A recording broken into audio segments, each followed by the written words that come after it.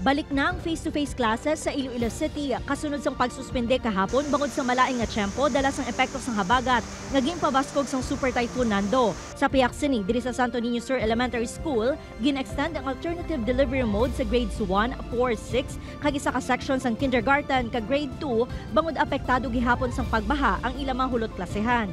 Nagpahamtang na ang eskwelahan sang latayan para temporaryo nga may maagya na mga manunudlo kag estudyante. Ma-EDM lang ang mga bata kay budlay na maglusong sila sa tubig. Ang leptospirosis pala siyempre likawan taman. Pero we ensure the continuity of learning. May na-monitor man nga pagbaha sa porsyon sang 11 ka barangay sa syudad. Kalabanan diri ang yara sa distrito sang Mandurriao kag Haro. May pilaman ka barangay sa Oton, Iloilo ang ginbaha bangod sang sige-sige nga pag-ulan. Sa Kagamutan Norte, Leganes, Iloilo, nagsulod man ang tubig baha sa daycare center, health center kag barangay hall. Magluwas sa baha, nahalitan man ang 5 ka mga balay sa lugar bangod sa makusog nga hangin.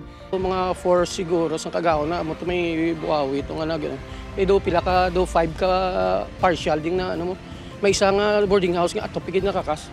Sunod sa Leganes MDRRMO, 14 tanan kabalay ang partially damaged samtang duha ang totally damaged bangod sang ginapatihan buhawi. Apang paathag sang Pag-asa, wala sang gin-issue nga thunderstorm advisory kahapon nga nagatugas sang buhawi. Posible nga makusog lang ang hangin rason nga nahalitan ang mga balay. Possible dira is not probably hindi man siya buhawi pero ginalantaw naton nga since during that time may mga tudo nga hangin kag amo gina ang oras nga pag-occur man kang or pagsugod kang mamunog nga ulan. Dugang pa sang Pag-asa mangin maulano ng tiyempo bangod sang hangin habagat kag may ginabantayan pa nga bagyo.